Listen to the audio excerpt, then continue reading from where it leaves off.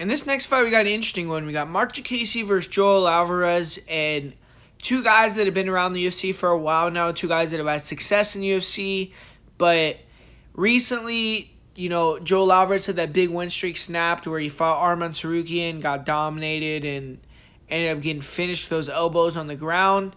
And he hasn't fought in a while. It's been over a year for Marc Diakiese. He is coming off that loss to Michael Johnson that kind of snapped his momentum where he had that 2 or 3 fight win streak. But he's always been a guy that's kind of not been able to get over that hump. And now he's kind of fighting for his career again here. I don't think he's necessarily going to get cut with a loss. But all these fights are super important for Diakiese because I don't think he can afford too many L's before he's going to get his walking papers. Honestly, he has to eventually break through that cusp, or I don't really know why the UFC is going to not just pay a prospect to take his job and pay them less money. But in terms of this matchup, it's an intriguing one because I do think if they're at range, I think Diakiese is going to have a big edge. I mean, he's going to have to be moving quite a bit on his feet, stay on the outside, and then kind of pull Alvarez in those big shots, throw some nice kicks. But we all know how Alvarez fights. He's going to be on the gas pedal, pressuring forward. Sometimes he can get a little bit static and just stand at range and kind of plod inside, which against Diakiese, we have to see more of the Alvarez that showed up against Thiago Moises, where he was very aggressive. He was throwing knees and kind of trying to push the pace. Sometimes he gets stuck kind of trying to jab and feint and then catch that counter check hook, but he can't afford to do that against Diakiese because I don't think he has the speed advantage.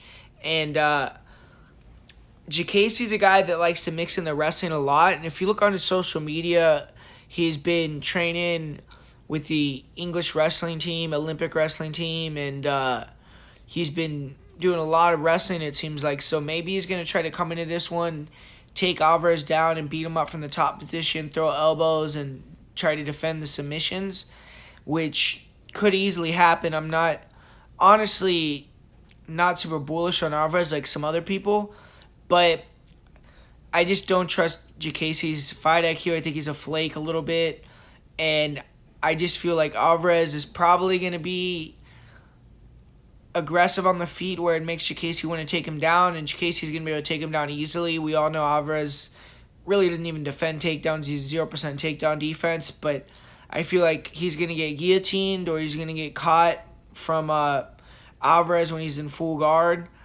And I'm picking Alvarez by submission in the first, second, or third. I don't really know what is going to happen, but I think Diakiese's going to look good. I think Diakiese's probably the guy that should win this fight, but I just feel like Alvarez is that opportunistic finishing type of guy that's going to steal the win here. So I'm going to go with Alvarez, and I'll say he wins via second round submission.